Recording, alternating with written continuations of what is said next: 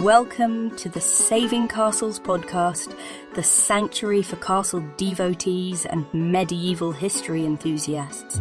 Prepare to embark on a thrilling voyage through time as we unveil enthralling history and legend. From ancient folklore to cutting-edge restoration, we've got it all covered. So grab your headphones and let's dive right in. In the shadowed halls of history, where the echoes of the past whisper tales of valour, treachery, and the indomitable spirit of those who dare to defy fate, there lies the story of Jeanne de Clisson, a name that resounds like a battle cry across the seas of time. This is not just a tale of a noblewoman, it is the saga of a transformation so profound, so imbued with a thirst for justice, that it crosses the boundaries of legend and lore, anchoring firmly in the annals of history. Today, we embark on a journey back to the 14th century, to the heart of Britany in France, where Jeanne's story unfolds, a narrative rich with chivalric honour, fierce loyalty, and a vengeance so relentless it gave birth to a legacy that endures. Jeanne de Clisson's life began as most tales of nobility do, with the trappings of wealth, prestige, and the rigid expectations of feudal society. Born into a world where the lines between duty and desire were clearly drawn, Jeanne was a daughter of Britany, a region renowned for its rugged landscape and the resilient spirit of its people. This was a time when the air was thick with the anticipation of conflict, as France found itself embroiled in the tumultuous early stages of the 100 Years' War, a protracted struggle that pitted it against the might of England. Amidst this backdrop of looming conflict, Jeanne's story takes a dramatic turn with her marriage to Olivier de Clisson, a man of considerable influence and martial prowess.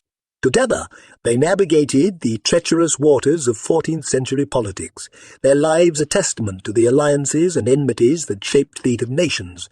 It was a union marked by love and partnership, but also by the shadow of political intrigue that hung heavily over their domain.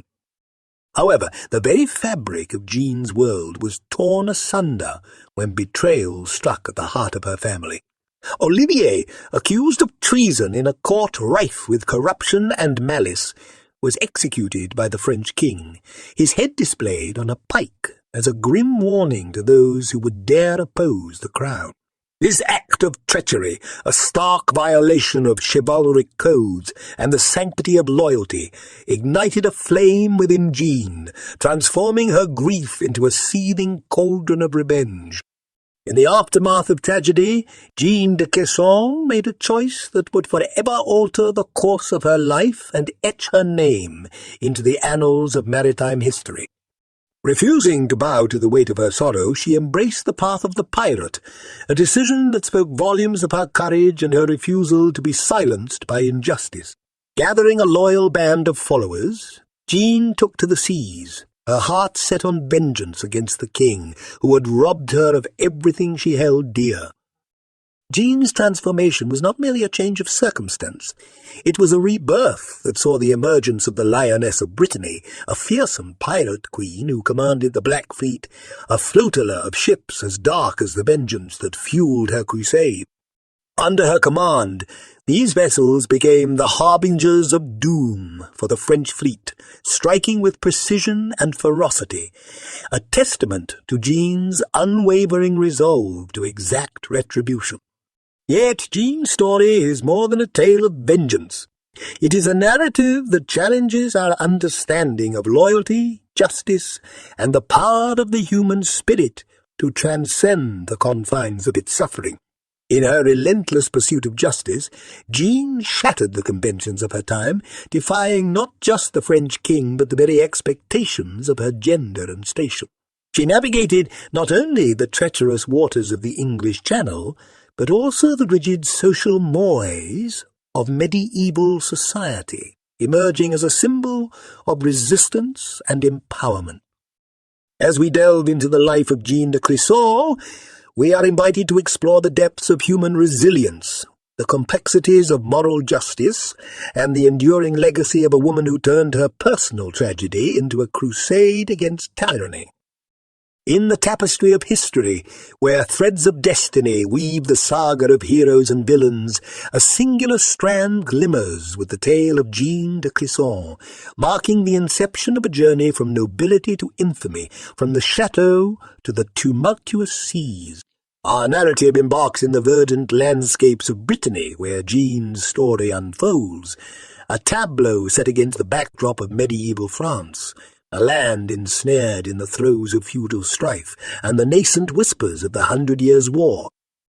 Jeanne was born into a world where lineage determined one's path, where the nobility played the game of power with the finesse of chess masters, each move a calculation of alliance, betrayal, and sovereign ambition. Her marriage to Olivier de Clisson was emblematic of the era, a union that melded the strategic with the personal, binding two influential families in a covenant that was as much about love as it was about fortifying their standing amidst the volatile political landscape. Olivier, a man of valour and renown, stood as a bulwark against the encroaching tides of conflict, his loyalty to the crown as steadfast as the walls of his fortress. Together, they navigated the labyrinth of nobility, their partnership a beacon of stability in a realm where alliances were as fragile as glass. But the serenity of their life in Britany was but a veneer, masking the tumult that simmered beneath. The spectre of war loomed large as England and France edged ever closer to the abyss of conflict, the air thick with the tension of impending hostilities.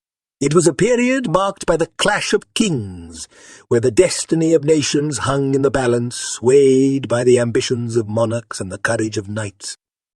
In this cauldron of intrigue, Jeanne and Olivier Chateau stood as a bastion of loyalty to the French crown, their lives intertwined with the fate of their country. Yet the ideals of chivalry and honour that defined their existence were about to be tested in a crucible of betrayal.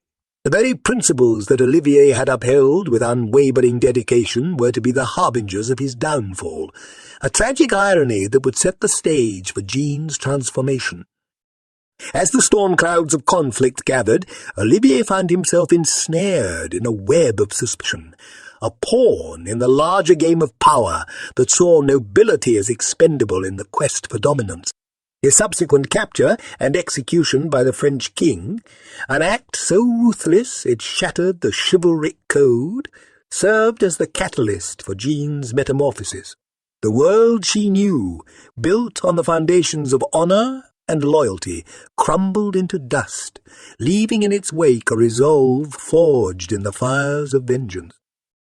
Jeanne's response to this cataclysm was not one of submission, but of rebellion, a defiance that saw her shedding the mantle of nobility for the cloak of retribution. Her transition from the chateau to the sea, from a noblewoman to a pirate queen, was a journey of both loss and liberation, a testament to the indomitable spirit of a woman who refused to be silenced by tyranny. In embracing the path of piracy, Jeanne charted a course that was as audacious as it was unprecedented. She ventured into a realm dominated by men, her name becoming synonymous with fear and respect on the high seas. Her transformation was not merely a pursuit of vengeance. It was an assertion of agency, a declaration that she would not be consigned to the margins of history as a victim of injustice.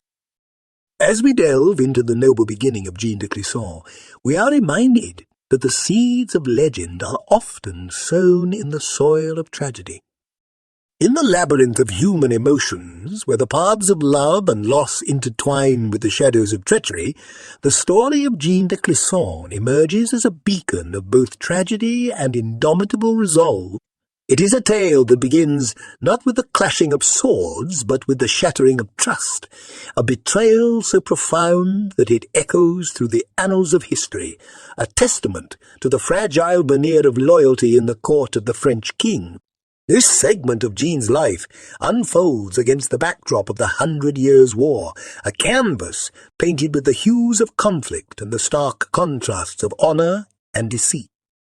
Olivier de Clisson, Jeanne's husband, a knight renowned for his valour and unwavering loyalty to the crown, found himself ensnared in a web of political intrigue that would ultimately lead to his downfall.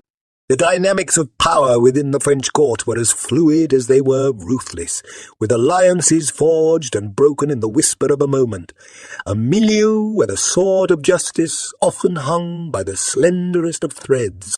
In this world of shifting loyalties, Olivier's fidelity to the king was unyielding, a beacon of chivalry in an era where such ideals were increasingly overshadowed by the machinations of power. The betrayal that would seal Olivier's fate was orchestrated with a precision that belied the chaotic undercurrents of the time. Accused of colluding with the English, an allegation as perfidious as it was unfounded, Olivier was thrust into the merciless hands of the French judiciary. The trial, if one could call it that, was a farce, a predetermined conclusion masquerading as a pursuit of justice. Olivier's fate was sealed not in the halls of justice, but in the shadowed corridors of power, where his death was decreed not for any crime, but for the potential threat his influence and loyalty to the crown represented. Jeanne, upon receiving the news of her husband's capture and subsequent execution, was thrust into the abyss of despair.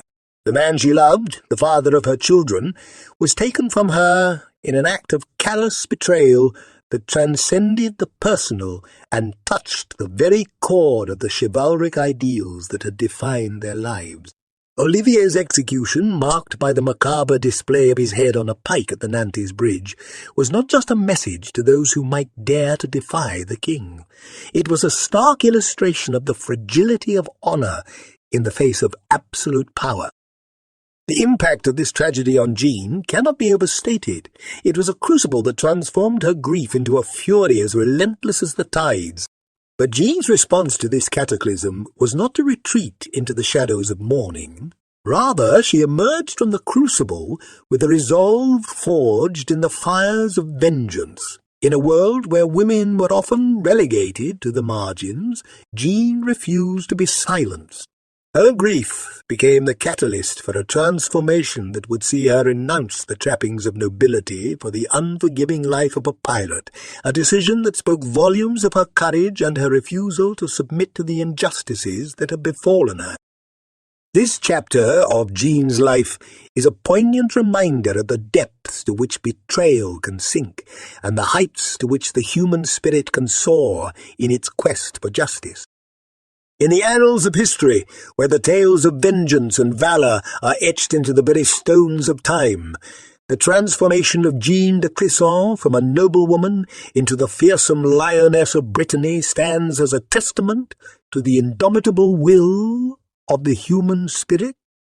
The genesis of this transformation is rooted in the aftermath of tragedy, in the wake of Olivier de Clisson's execution, an event that did not signify an end, but the beginning of a new chapter.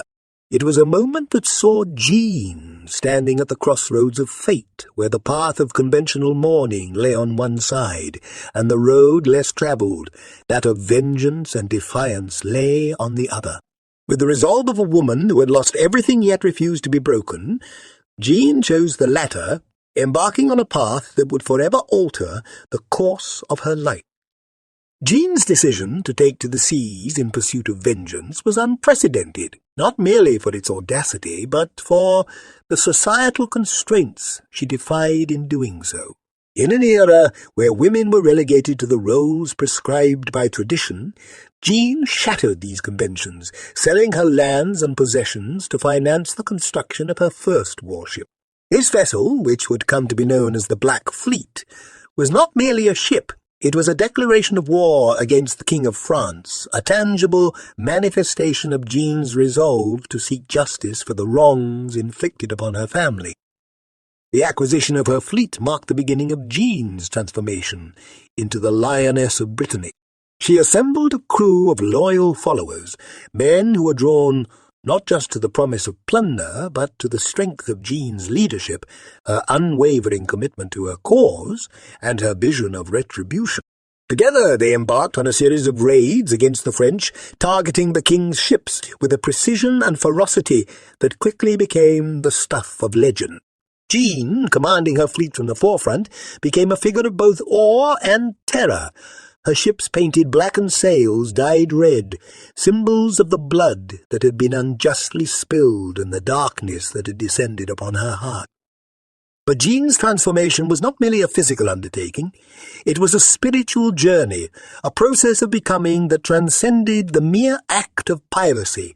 She adopted the moniker of the Lioness of Brittany, a title that encapsulated her ferocity, her nobility, and her unyielding nature. Under her command, the Black Fleet became an instrument of vengeance, a weapon wielded with surgical precision against those who had betrayed her and her family. Yet Jeanne's vendetta was governed by a code of honor. She spared those who hailed from Britany, focusing her wrath solely on the French sailors who served the king. The legend of Jeanne de Clisson, the Lioness of Brittany, grew with each raid, each encounter on the high seas.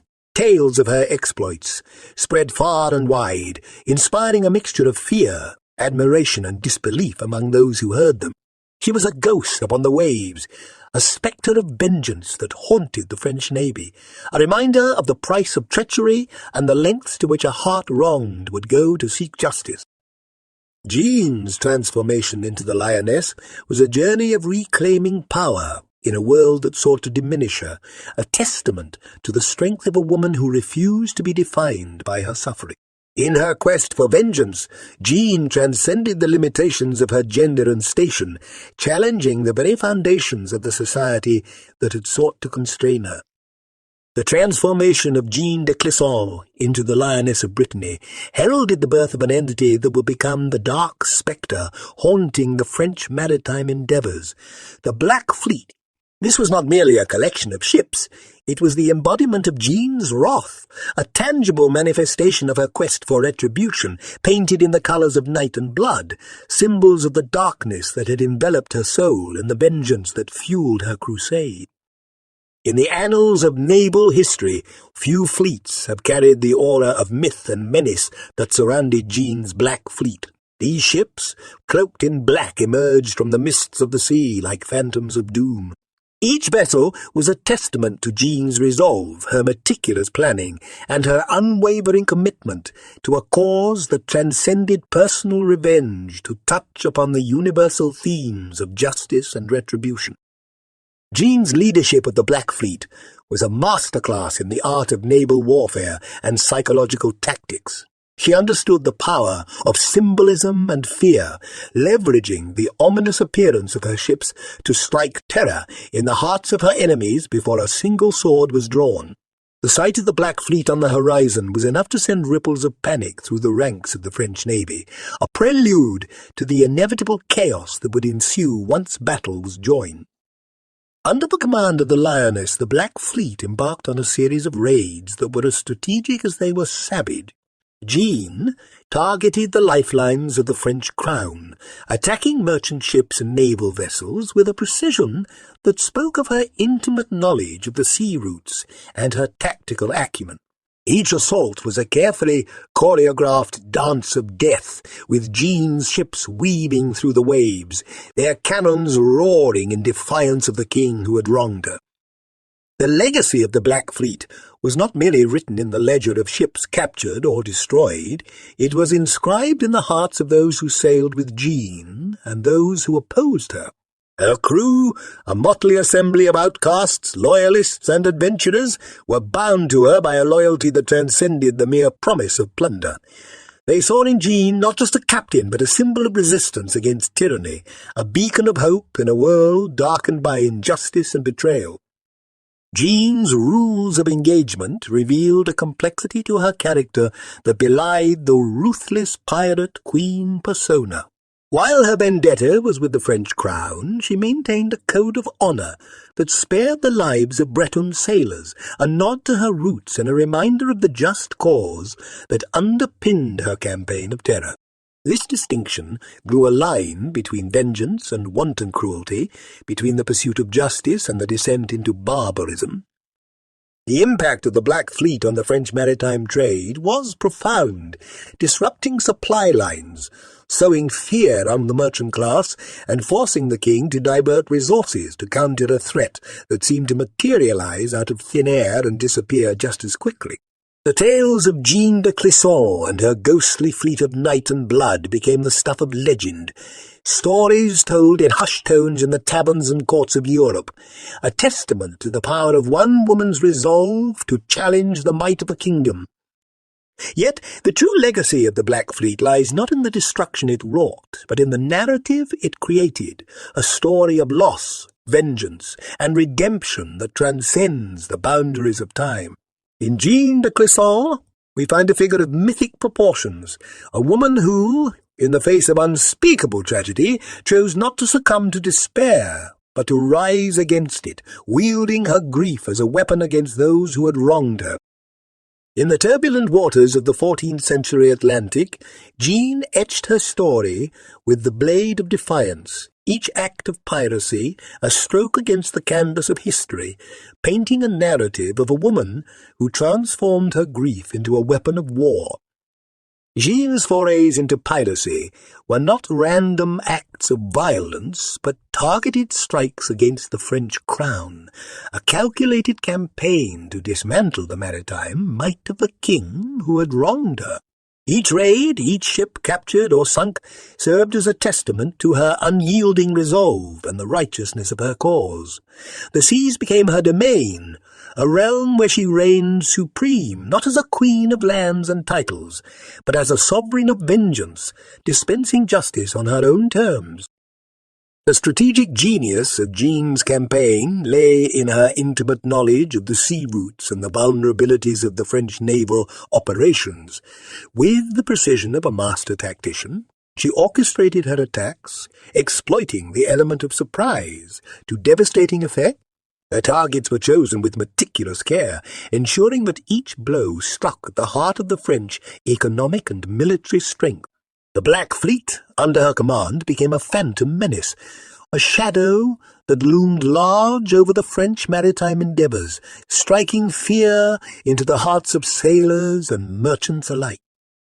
Yet Jeanne's acts of piracy were imbued with a code of honour that distinguished her from the common brigand.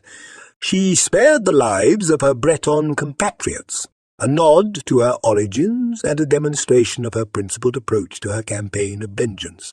This selective mercy was a hallmark of her operations, a clear demarcation of her objectives, and a statement of her personal vendetta against the French crown rather than against the French people. The tales of Jeanne's encounters at sea are woven with the threads of legend and reality, a tapestry of epic confrontations and narrow escapes. Among these, the story of her face-to-face encounters with French warships stands out. Battles where the Lioness of Brittany displayed her prowess, not just as a tactician but as a warrior, leading her crew from the front, sword in hand, her presence on the deck an embodiment of the fury that drove. Her acts of piracy, while driven by a desire for vengeance, also served as a beacon for those disillusioned by the tyranny of the French crown. Jeanne became a symbol of resistance, a figure around whom stories of defiance and courage coalesced. Her legend grew with each raid, each tale of escape, each demonstration of her indomitable will. The Black Fleet, under her command, was not just a force of retribution, but a manifestation of the quest for justice, in an age where the law was often bent to the will of the powerful. Her acts of piracy, while marked by violence, were underscored by a sense of purpose, a quest to balance the scales of justice in a world where such balance was often lacking. Jeanne de Clisson's ascension from the tragedy-stricken widow of a nobleman to the revered and feared pirate queen of the Black Fleet is a narrative arc that defies the constraints of her time. In the unforgiving and treacherous world of piracy, Jeanne emerged not just as a participant, but as a sovereign entity, commanding respect and allegiance from her crew and instilling fear in the hearts of her adversaries. This segment of her story is not merely about her acts of piracy, but about the leadership qualities that elevated her to legendary status among the pirates and beyond. Jeanne's leadership was characterized by a combination of strategic brilliance, unwavering courage, and a deep sense of justice that transcended the personal vendetta driving her campaign. She navigated the complexities of commanding a pirate fleet with the acumen of a seasoned leader, balancing the need for discipline and loyalty with the fierce independence that defined her crew. Her ability to inspire her men, to rally them around her cause, and to lead by example, set her apart in a realm where brute force and fear were often the primary tools of command. The loyalty Jeanne inspired in her crew was born not just of her success in plunder, but of the respect she earned through her actions and decisions. She treated her crew not as mere subordinates, but as comrades in arms, sharing in the risks and rewards of their endeavours. This sense of camaraderie and mutual respect was the bedrock of her leadership, creating a bond that was unbreakable even in the face of adversity. Jeanne's crew followed her not just for the promise of riches, but for the belief in her cause, a testament to her charisma and conviction. Jeanne's leadership style was also marked by a progressive approach to governance that was ahead of her time. She demonstrated an understanding of the importance of morale, the value of strategic mercy, and the effectiveness of psychological warfare. Her decision to spare Breton sailors, for example, was not just a reflection of her regional loyalty, but a strategic move that sowed seeds of doubt among her enemies and bolstered her reputation among her allies. This blend of ruthlessness and restraint underscored her complex approach to leadership, navigating the fine line between fear and respect. Moreover, Jeanne's tenure as a pirate queen challenged the gender norms of the 14th century, shattering the stereotypes of female passivity and submission. Her command of the Black Fleet was a direct affront to the societal expectations of women, especially in the male-dominated world of piracy. Jeanne's success in this role was a powerful statement on the capabilities of women in leadership positions, providing a narrative that questioned the prevailing notions of gender and power. The challenges Jeanne faced as a woman in a leadership role in such a hostile environment were myriad, yet she confronted them with a resilience and resourcefulness that solidified her position. Her ability to maintain control over her crew, to strategize and execute raids with precision, and to navigate the political and social ramifications of her actions speaks to her exceptional qualities as a leader. Jeanne's story is not just one of revenge, but of transformation and leadership against the odds. Jeanne's tenure as a pirate queen, set against the backdrop of the tumultuous 14th century, offers a lens through which to explore the complexities of leadership in an era of conflict and change. Her story is a testament to the fact that leadership is not just about the position one holds, but about the impact one makes, the values one embodies, and the legacy one leaves behind. The rise of Jeanne de Clisson, the Lioness of Brittany, and her Black Fleet cast a long shadow over the French crown. The king's response to this unprecedented challenge was a complex tapestry of fear, frustration, and a grudging respect for the formidable adversary that Jeanne had become. As word of Jeanne's exploits spread across the land, reaching the ears of nobles and commoners alike, the French king found himself in an untenable position. The maritime terror inflicted by the Black Fleet not only undermined the economic stability of his realm, but also posed a direct challenge to his authority. Jeanne's transformation from a noblewoman to a pirate queen, her defiance of the crown, and her successful raids against French ships were a public affront that could not be ignored. Yet the king's response was hampered by the very nature of Jeanne's campaign, swift, elusive, and devastatingly effective. The royal councils convened in shadowed chambers, illuminated by the flickering light of torches, where the fate of the lioness was debated with a sense of urgency and desperation. Strategies were proposed, ranging from the dispatch of naval forces to hunt down the Black Fleet to offering bounties for Jeanne's capture. Yet each plan was met with the stark realization of the difficulty of capturing a figure who had become more myth than woman, a ghost upon the waves, elusive as the sea mist. In the era where the power of the monarchy was asserted through displays of military and economic strength, Jeanne's continued defiance was a blemish on the king's rule, a challenge that went beyond the tangible losses inflicted by her raids. It was a psychological blow to the royal prestige, a narrative of resistance that inspired others to question the inviolability of the crown. The king's response, therefore, had to navigate the precarious balance between retribution and the risk of elevating Jeanne's status further among those disenchanted with royal authority. Amidst this tumult of royal deliberation, efforts to capture Jeanne intensified. The king's navy, once the uncontested ruler of the seas, found itself in a relentless pursuit of shadows. Naval engagements increased, with royal ships patrolling the waters with orders to bring the lioness to justice. Yet, for every encounter that ended in the capture or sinking of a pirate vessel, it seemed as if two more would rise, a testament to Jeanne's cunning and the loyalty she inspired in her crew. The king's response was not limited to military action. In the court of public opinion, efforts were made to demonize Jeanne, to paint her as a traitor and a heretic, a woman who had forsaken her noble lineage for a life of crime. Yet these attempts at character assassination often fell on deaf ears, for the legend of the lioness had taken root in the hearts of the people, her story a symbol of resistance against tyranny and injustice. In this chess game of power and perception, Jeanne de Clisson maneuvered with the skill of a seasoned player, always one step ahead of the royal efforts to contain her. Her raids continued, each a defiant stroke against the canvas of royal authority, each escape a narrative of cunning and courage that fed the legend of the Lioness of Brittany.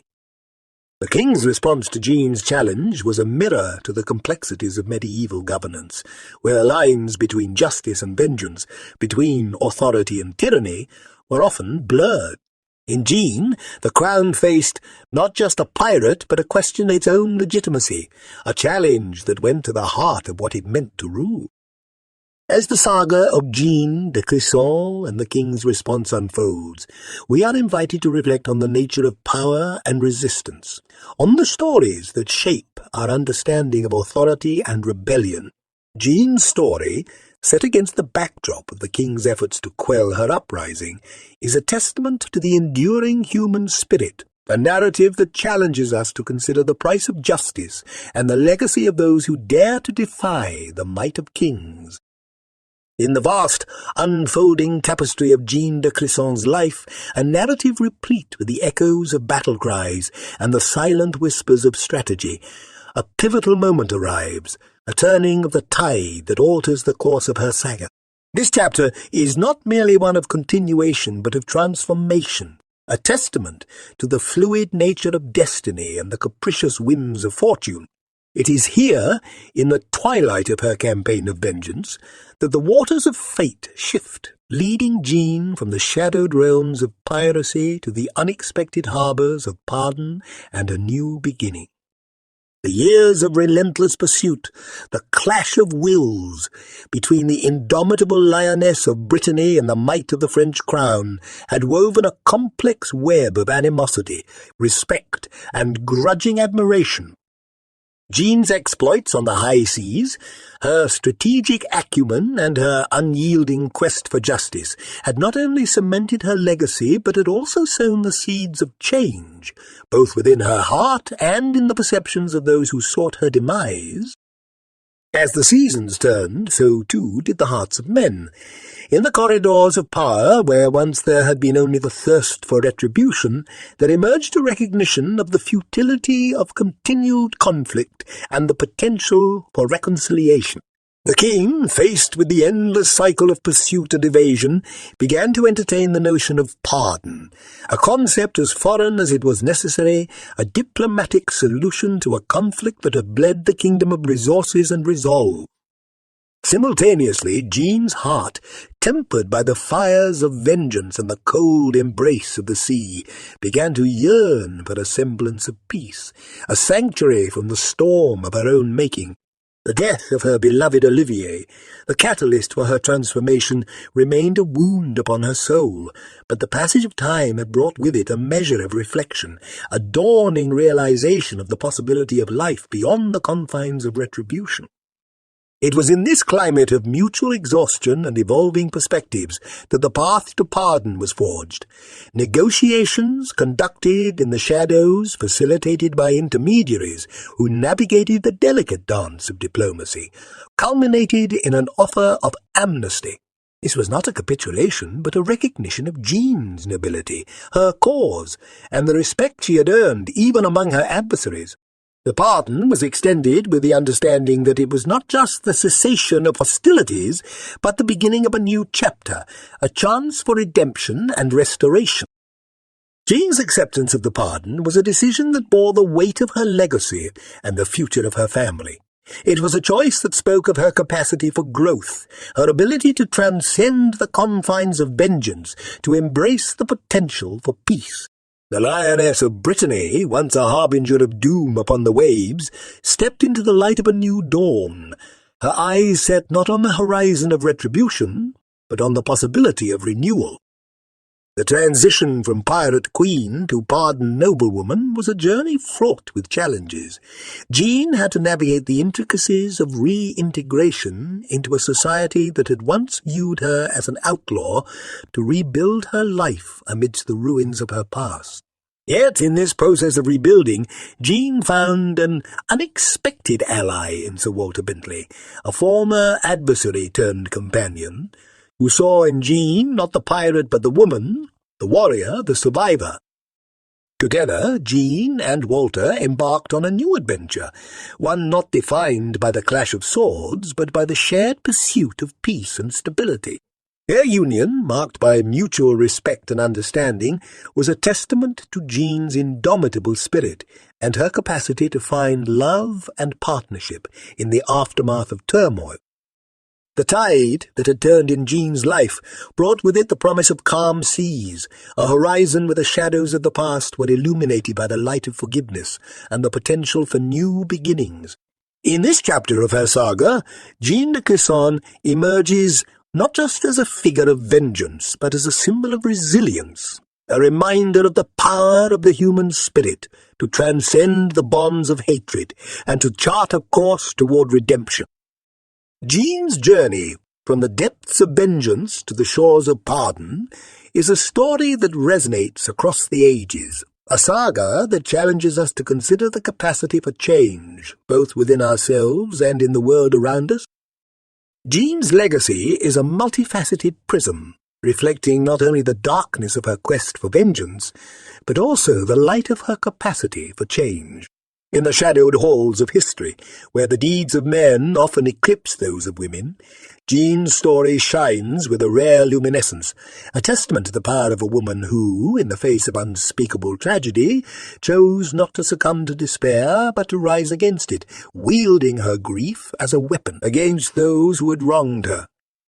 The legend of the Lioness of Brittany, her black fleet a phantom menace upon the seas, her heart a fortress of resolve, has been immortalized not just in the tales of old, but in the very fabric of maritime lore.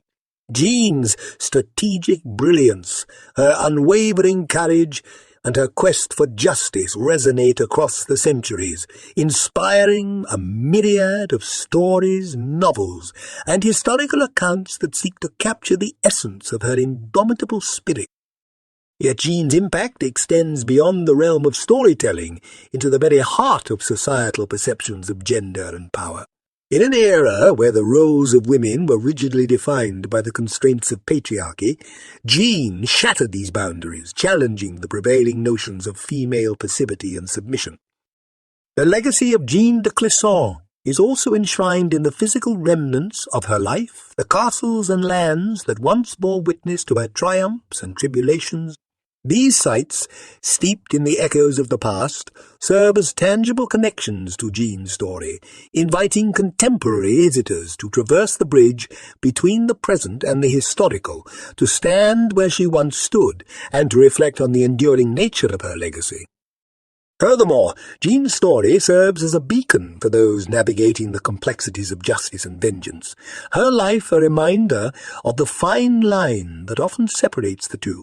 In her quest for retribution, Jeanne walked this line with a balance of ruthlessness and restraint, her actions driven by a code of honor that spared those who were not her direct adversaries.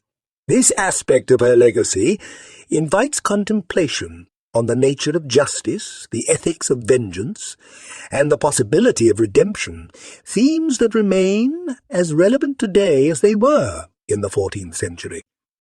As our journey through the tumultuous saga of Jeanne de Clisson comes to a close, we find ourselves at the precipice of reflection, gazing back upon a narrative that transcends mere historical, recounting to touch the very essence of human experience. In the annals of history, where the echoes of the past whisper tales of valor and treachery, Jeanne's saga emerges as a beacon of defiance, a narrative that challenges the confines of her era. Yet, Jeanne's tale is not solely one of vengeance. The eventual pardon extended by the French crown, and Jeanne's acceptance of this olive branch, symbolizes the possibility of reconciliation, the acknowledgement that even in the midst of conflict there lies the potential for understanding and peace. Jeanne's legacy, immortalized in the legend of the Lioness of Brittany, continues to resonate through the ages, a mirror reflecting the complexities of the human condition. It is a reminder of the enduring impact of one woman's choices, of the ripples that emanate from a single life to touch the shores of eternity. The saga of Jeanne de Clisson is a call to reflection, inviting us to consider the legacies we leave behind, the stories that will be told of our own journeys. It prompts us to question the conventions of our time, to defy the expectations that seek to confine us, and to chart our own course through the tumultuous seas of life. Jeanne's life, marked by tragedy, transformation, and triumph, serves as a beacon, illuminating the path for those who dare to dream, to resist, and to forge their destiny against the odds. As we bid farewell to the Lioness of Brittany, we are left with the echoes of her legacy, the enduring tale of a woman who, in the face of unimaginable adversity, chose to rise, to fight, and to ultimately find peace. Thank you for joining us on this enchanting journey through medieval history. While our weekly episodes will continue to captivate your imagination, there's an exclusive treasure trove for subscribers, a secret vault of bonus episodes filled with extra tales and deep dives into the subjects we cover. Your curiosity fuels our mission, and we're truly thankful for your support. Until we meet again among stone walls and towering turrets, keep that torch of curiosity burning bright. Thank you for listening.